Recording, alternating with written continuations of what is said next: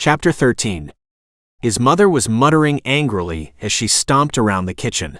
"Your father isn't even home yet," she growled, spotting Jack as he tried to slip past. Penelope came in from the dining room and grabbed the plates waiting on the counter.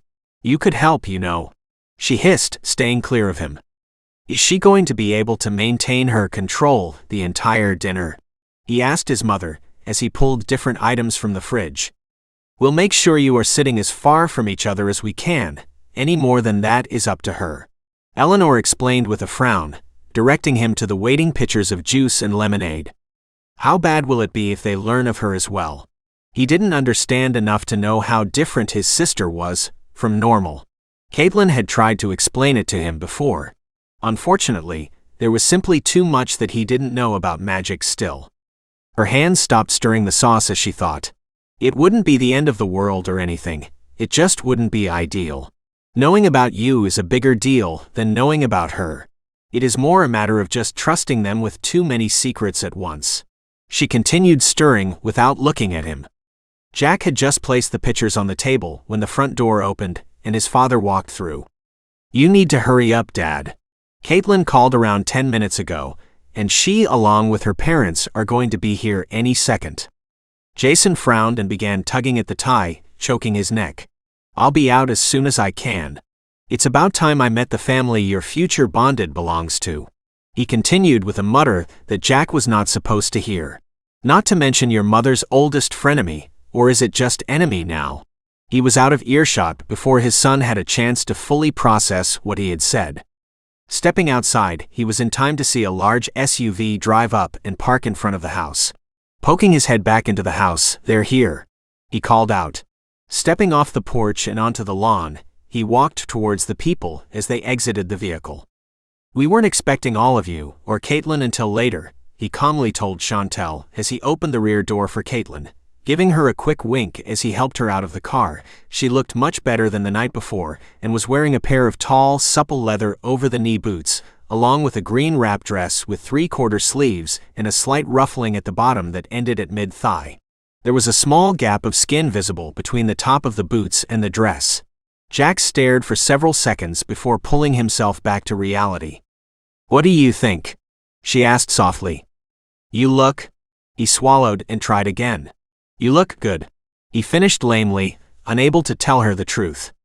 His mother appeared on the steps of the porch with his father, while Penelope hung back and stayed inside the doorway of the house.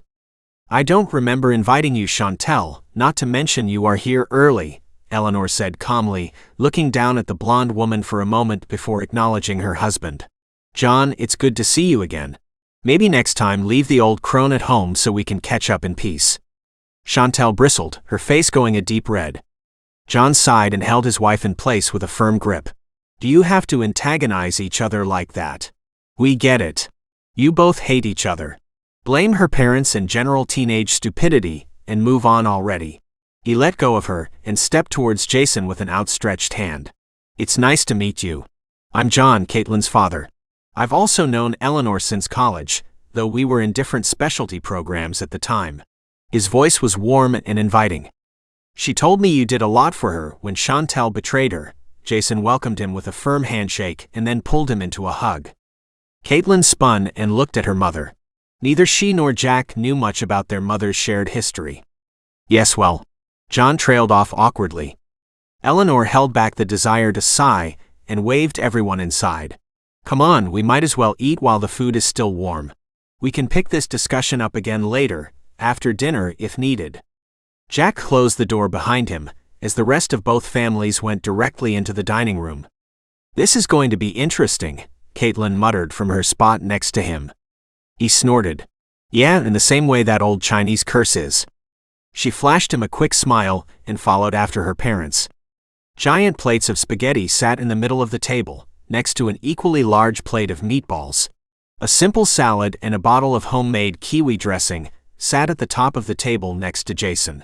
The rolls that were always present when they ate spaghetti were on the opposite side of the table, next to Eleanor and Penelope. The only open spots were next to his father, where he could sit as far away as possible from his younger sister. Chantel wasted no time in bringing up another subject guaranteed to annoy them all, once they were seated. "I'll need to borrow Jack for a short time after dinner. I need his help to finish healing Kaitlyn." It wasn't the request that annoyed them. That was perfectly reasonable, and something he would have done anyway. No, it was the way she said it. Jack sighed as his mother slapped her hand on the table and glared at the other woman. "Be careful of how you talk to us, Chantel.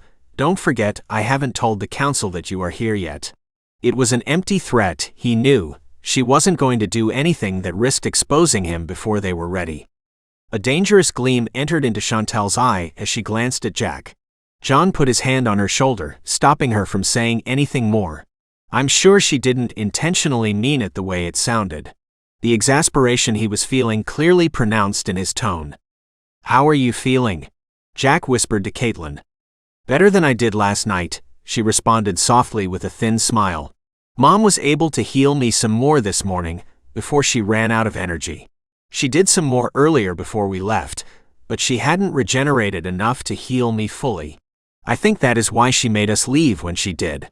She wants to heal me as quickly as possible. Well, she can take as much as she needs. I owe you more than that in any case for what I almost did to you." She squeezed his thigh tightly. "I appreciate you saying that, but no, you don't. You are the only reason we got away at all." Jason took hold of the moment of peace and began dishing himself some salad, pushing the large bowl of greens down to John at his left. "Can you all worry about who is to blame or has the most dirt on the other person later? Right now, I'm more interested in what you can tell me about the movements of the beings you all keep referring to as monsters." He gazed down the table to his wife. "You mentioned before that their recent attacks on the two of them are not normal. Do we have a plan to deal with them, outside of just staying inside at night? I assume you're going to have to deal with them the same way as before?" Eleanor paused, her fork halting mid-twirl, and nodded. "Yes, I am. Now that I am no longer restrained, there are certain things I need to start doing again." Jack grabbed the spaghetti and piled some on his and Kaitlyn's plate at her request, before passing the bowl to his father and grabbing the plate of meatballs. "What's wrong with just staying inside? Now that we don't have to worry about looking for a separate place to train, I don't see us being outside at night much." "No, your dad is right," John said, pausing as he took a sip of water. "I have a feeling that there is something forcing them to move now. Our initial thoughts were that you were the cause, with your awakening drawing them here. That worked up until your mother told us how peaceful the area has been since she took over, and forced the majority of them out. The few remaining monsters, nightwalkers, and other beings wouldn't suddenly risk being exposed and destroyed by the local baron over a meal. Especially when the baron, who in this case is your mother, has a history of forcing them out of her domain. Not unless they are making a power play for the area, and if it's not that, then someone is driving them to act out. Speaking of, how did you become a baron? The council almost never hands out titles or territories." Chantel asked, a strange look of confusion flickering across her face as she looked at Penelope's hair. They were sitting next to each other, and were able to see the gradual changes in the color. "Actually, I have you and your accursed parents to thank for that happening." Eleanor smirked with relish at the simple proclamation, knowing how the other woman would take it. "What?" was the quickly returned screech. "Didn't you ever wonder what happened to?" Eleanor began coldly. "Eli," Chantel began, only to be interrupted by her husband. "Stop it, Chantel dear, not in front of the children." Jason's voice was firm even as it was layered with sadness for what she had been forced to go through. "Right, sorry. That isn't a proper dinner conversation in any case." John cleared his throat and speared a meatball with his fork. "We were surprised at how peaceful it was here. That's actually the main reason we chose the area, was because of how quiet it is, and how few paranormals and other supernaturals live here. I wanted my children to grow up in peace. The first thing I did upon getting the territory was eliminate and force out anything that thought they had the right to do what they wanted." She glanced at her glass of lemonade, wishing it had wine in it. "Apparently, some of those beings have forgotten who rules this area. In fact, I think Chantel should start going out on some patrols with me at night. I had been doing them during the day while the kids were in school. Unfortunately, that has left the Nightwalkers to their own devices more than I would have liked. Now that Jack and Penelope know the truth, however, Me going out at night won't cause any issues." A malicious grin had taken over her face as she mentioned Chantel being left alone with her for hours on end. Chantel paled and swallowed nervously. "You know, I think it might be best if we let bygones be forgotten and move forward without looking back at the past." Jack found the entire situation somewhat amusing, though the talk of other magical beings had him curious. How much of what he had read in books was real? He had only seen one kind of monster so far, and he wasn't even sure what it was supposed to be. Werewolves didn't have acid slobber or glowing red eyes in the books. He made a mental note to ask Kaitlyn about it later. "Later," Kaitlyn whispered to him when she saw he had questions. "Oh, I don't know about that. The past is what shapes us and tells us who we can trust." Eleanor's eyes flickered to John. "And who is a snake?" Her eyes were hard as they settled on Chantel. John sighed and turned to Jason. "So, what is it you do for work?" Jack tuned them out and spread some of the kiwi dressing on his salad. He had never seen the dressing anywhere but at his house, and it was amazing. He glanced up and saw Penelope's hair noticeably more red than when they had started dinner. "You know what? You were right. You all need to discuss some things without us kids being around. Penelope, Kaitlyn, why don't we go outside and let them talk things over?" He pushed back his chair and stood, after hardly having touched his food. Penelope understood right away what he was doing, as she had been panicking inside for the exact same reason. "Sure, I've been wanting to talk to my future sister-in-law anyway." He groaned at the presumption and offered Kaitlyn his arm, her eyes switching between the two siblings. "Fine, Dad, may I have the keys to the car? We might as well go eat somewhere else and give you the privacy you need." Jack and Penelope quickly left the room. They didn't care where they went, they just wanted to get away before someone noticed her hair. "Is there more red in her hair than when we sat down?" Chantel asked curiously as they fled the room. The siblings froze, just out of the sight of the dining parents. "Don't be silly, Chantel. Your eyesight must really be going for you to imagine something like that." Eleanor took the opportunity to throw another barb at the other woman. "For the last time, we are the same age." Her voice shrilled in exasperated anger. Kaitlyn backed out of the room, keys dangling from her fingers. "Let's go." It was a good thing they had come as early as they had for dinner. Nighttime was still a ways off. They wouldn't need to be rushed for time. Penelope stretched and played with her hair, pulling a strand of the red hair to where she could see it. "This is going to take some getting used." Jack looked closer at her. "Is it fading at all?" He backed away from her so it wouldn't get worse. She shrugged. "Mom doesn't know, though she thinks it will fade some once I get my powers under control." "Do you like it at least?" "The kids at school thought it was cool looking," she answered after a moment. "That isn't what I asked. It's your hair. What do you think of the changes?" He asked again, clarifying and pushing for a proper answer. She hesitated and let go of her hair. "If it's only some of it, I don't mind. I like my current hair color the best though. It matches Mom's." He dared to give his sister a quick hug, backing away just as quickly. "Sorry, probably shouldn't have done that." "Yeah, being stuck together in a car probably isn't a good idea either." She looked down and scuffed her shoe against the grass. "No, it probably isn't," Kaitlyn said with some regret. She was standing next to the SUV, waiting for them. "Why don't you go with Kaitlyn and get to know her? I'll stay here in case they have any questions." He volunteered, wanting them to get to know each other better. For better or worse, their two families were on a course that required them to become much closer. Besides, Kaitlyn had been forced to hone her control as much as possible, something that his sister desperately needed. Penelope jerked her face up, disappointed that they couldn't spend more time together. She understood why they couldn't though, and she did want to get to know the other girl.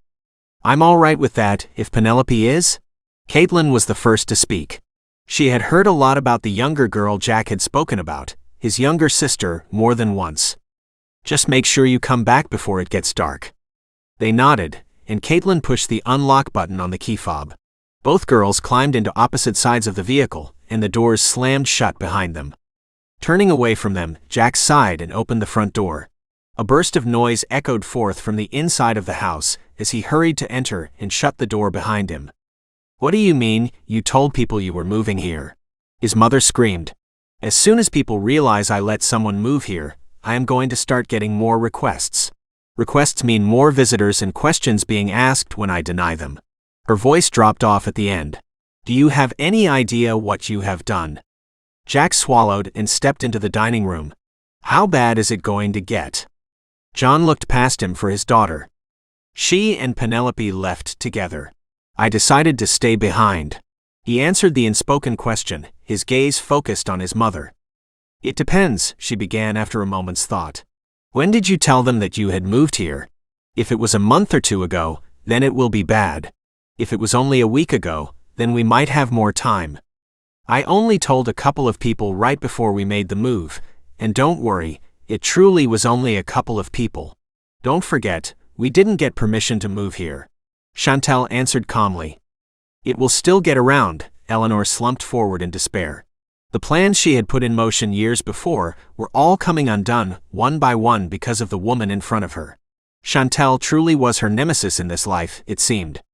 All right, so we just have to work on solidifying my control and completing my bond with Kaitlyn. It was more of a question than a statement, as he still didn't fully know what went into making the bond. Whatever they were already doing seemed to be working just fine, but he knew there must be faster ways. Otherwise, people wouldn't be able to treat others like him as property. His mother snorted. Sure, we can force the bond if you want to be little more than a mindless drone. She clearly knew where his thoughts had been going. There is the other method, but I'm not going to allow them to go down that road. Think of me what you will, but I will not sell my daughter's virtue like that. Chantal was adamant. I wasn't asking you to, and neither was he, Eleanor growled. I don't think we need to do anything. If you would simply use your brain, then you would realize that their bond is already far stronger than it should be. They are extremely compatible, bond-wise, and it is forming quickly and strongly. What he did last night would have had a very different outcome if that wasn't the case. As long as no one looks too closely, then it should be enough to fake a fully formed connection within another few weeks if it continues at the current pace. That will have to be enough. Chantal sighed. Now tell me about your daughter.